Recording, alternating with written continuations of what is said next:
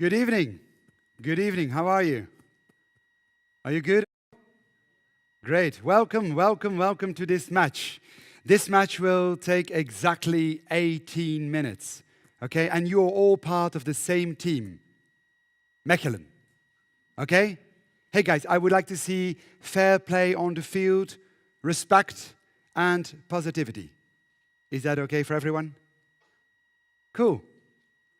Good luck. 1 year ago, I decided I wanted to become a football referee. Not because of the money, though. I only get paid 20 euros per match, so I won't really get rich by it, will I? No. I decided to become a referee for two other reasons. One, to stay in good shape. Two, because I wanted to learn how not to take things personally. I can see some people nodding. You're probably thinking being a referee is the perfect environment to learn how not to take things personally, isn't it? Because the spectators hardly ever shout encouraging or positive things. No. What do they shout? Come on. Loser, are you blind? Yeah, Loser. Good. As a referee, I'm the scapegoat. Apparently, I'm always wrong. It's always my fault. And I wanted to learn how not to take all this personally. Because I really struggle with this. For example, when I drive slowly because I'm trying to find a specific location and somebody is just driving behind me, I feel hunted, especially when they start honking and flashing their headlights. I take it personally. I know I shouldn't, but it just happens. Do you see what I mean? Yeah. Or when somebody cancels an appointment last minute, I get the feeling that I'm not important enough. Again, I take it personally. Even professionally. I'm a public speaker, like tonight. This is what I do. I give keynote speeches, and I really like it, as long as I can draw my audience into my story. Because the very moment I see somebody is not paying attention, for example, when somebody is looking at his smartphone, it just happens. I take it personally. Relax, you are safe tonight, don't worry. Feel free to take your smartphones and you can even start talking to your neighbor. I will not take it personally. Why not? Because now, here and now, I'm very conscious that this can happen. And more importantly, I have a strategy to deal with it. So tonight, I would like to share this strategy with you. Are you interested? Cool. Because I guess I'm not the only person in this room who sometimes takes things personally, right? Imagine you invite a friend to go to the movies and she replies, "Oh, sorry, I have to work." But you see a picture on social media of her having dinner with some friends that very night. Or imagine you really have worked very hard on a project. You're really proud of the end result, but the only thing you get is criticism. So you come home and you would like to wind down and share this terrible experience, but while you're telling your story, the other one walks away to switch on the TV. Now, who would take one of these situations personally? Show me hands, come on. Lots of you. Why? Why do we take things personally? Somebody says or does something and bam, we feel hurt, neglected, offended, betrayed by the other one. That's what we believe though. It's the other person's fault. He's responsible for what we feel. He's the one to blame. Now, hang on. Who says that? Which part of us is speaking? It's our ego. Our ego thinks that others should take us into consideration. Our ego doesn't want to be criticized. Hell no. Our ego wants to be acknowledged. I'm right. Is this what you want? Do you want to be right? That's exhausting. When my ego takes over, I'm fighting all day. I'm in a constant struggle with the rest of the world, and it drains my energy. Wouldn't it be so much easier to not take things personally? Because then no one has power over you. You're free. You experience much more harmony and connection between you and other people. Of course, because your energy can go towards nice things instead of endlessly battling against the things that drive you crazy. So the question is, do you want to be right, or do you want to be happy? I know what some of you are thinking. I will make sure I will be happy by being right. Well, how do you do it? How to become happy by not taking things personally. You are standing at the kickoff of the match of your life, the match by which you will learn how to stop taking things personally. So as a referee, I brought my coin for the toss. And every coin has two sides, heads or tails, and they stand for two strategies. Two strategies to no longer taking things personally.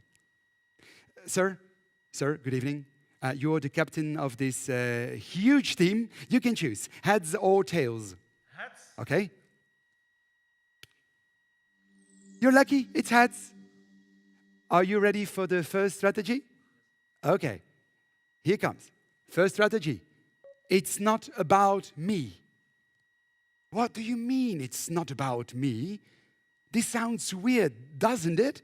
Because when I take things personally, I'm convinced it is about me. When I see someone is looking at his phone, I feel offended. I think, hey, I've put so much effort and time in this presentation. I want respect. I think me, myself, and I. Sounds familiar, no? Yeah. But in fact, it isn't about me. What if I try to look at it from the other person's perspective, asking myself, why? Why is he or she looking at his or her smartphone? Maybe he has just received an important message, one he has been waiting for. Or the topic of my presentation is not really his cup of tea. Could be. Or on the contrary, he finds it very interesting and he wants to take notes on his smartphone. Very smart to do that, by the way. I simply need to shift my focus from me to we, and I won't take it personally. If I try to see the intention of the other one, I make space for understanding instead of irritation. Does this ring a bell with you? When you put your son to bed, but he doesn't want to, he throws himself on the floor, kicking and screaming, "I hate you!" Do you take that personally? No, you don't, because you know this is not about me. It's about what he wants, what he needs. He's angry because he just wants to stay up a bit longer. That's all. So the first strategy to not take it personally is it's not about me. Look at the other person's intention. When a driver is tailgating and flashing his lights, he probably does it because he's in a hurry. It's not about me. You see? It's as simple as that. In theory. Because in real life, it turns out to be a hell of a job. Do you have any idea, ladies and gentlemen, how many thoughts our brain produces a day? 50,000. And guess how many of them are positive? Only 10,000. So this means that 80% of what we think are negative thoughts. That's a lot, isn't it? When you see two colleagues talking to each other and just then they look at you and they start laughing, do you think, oh, they must have noticed my new shoes and they want them too? Now, what do you think? Darn, they're laughing at me. They're gossiping about me. So it takes a lot of effort to correct yourself and say, hang on, I have no clue. They might be laughing about something that has nothing to do with me. So seeing the positive intention of the other one requires a lot of discipline and training. And that's why I became a referee. To train my brain not to take things personally. I train my brain an hour and a half a week, the entire period of a match. I say this for the football dummies. And now before the match, I'm warming up. Not only physically, but also mentally. I give myself some pep talk in the dressing room. Frederick, watch out. Lots of things will trigger you during the game. You're going to make decisions who some will not agree with. And they will shout unpleasant things at you. So I tell myself, Frederick, don't take it personally. It's not about me. They just want to be right. They simply want their team to win. You see, when I focus on the intention of the other person, there is no need to take it personally. When I apply this strategy very consciously, I admit it, I feel much more at ease on the field. When the coach, the players, or the spectators do not agree with my decisions, I'm less easily thrown off balance. This strategy, ladies and gentlemen, works. But not always, unfortunately, because some words they shout at me, like here, do really hit a raw nerve. You're a loser. Choose another hobby. You know what? Go fishing. Ouch. Maybe they are right. Perhaps I took the wrong decision. Maybe I am a loser. Honestly, that's how I feel sometimes. Do you see this? Every coin has a flip side. When this first strategy, it's not about me, doesn't work, it simply means it is about me. I have to look in the mirror and question myself. As a beginning referee, I still feel insecure, especially me. I never played soccer. It is about me because it has something to do with my insecurity. I doubt about myself, or a part of myself that I haven't come to terms with. Do you see my point, ladies and gentlemen? Even if I know that a driver is only tailgating because he's in a hurry, I still take it personally when he honks or he's flashing his headlights. So I must question myself. Probably I was driving too slowly. I'm aware of it. I just don't like that clumsy part of myself. Why else would I take it personally, right? When I say, ladies and gentlemen, you are an orange, who would take this personally? No one, right? Why not? Because nothing in you believes that you are in fact an orange. An orange? Unless, of course, that you are ginger and you feel bad because of that, which is luckily not the case with me. But when someone says, Frederick, you are so selfish. Ouch, I do take it personally. And it only happens because I know there is some truth in it.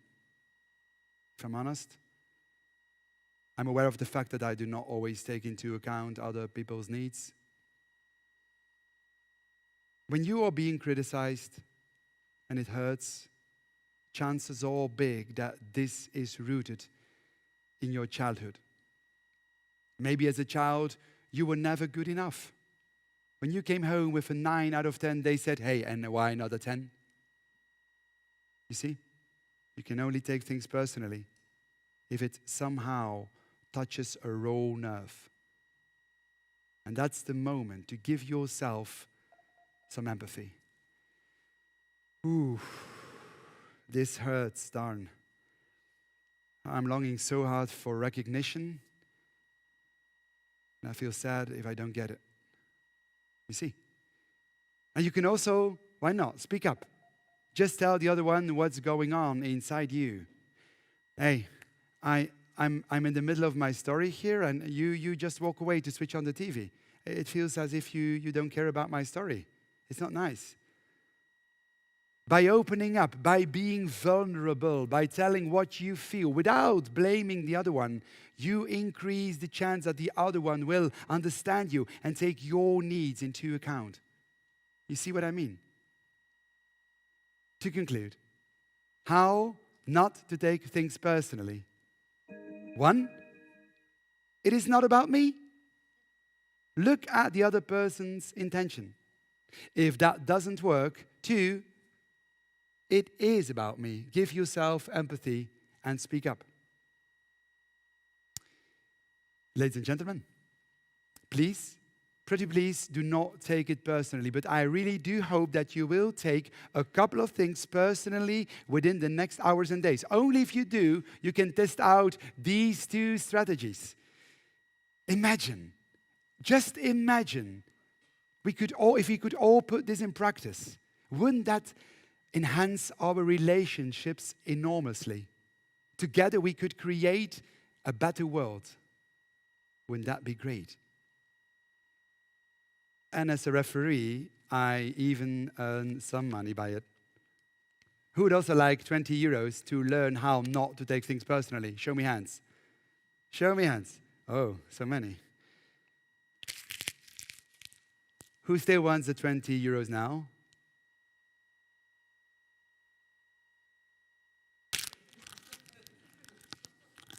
Who still wants the 20 euros now? Who still wants the 20 euros now?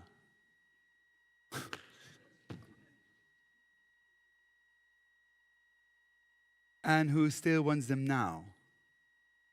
Why do you still want these 20 euros? Because it's still 20 euro. People may attack you, criticize you, or ignore you. They can crumple you up with their words, spit you out, or even walk all over you. But remember, whatever they do or say, you will always keep your value. Thank you.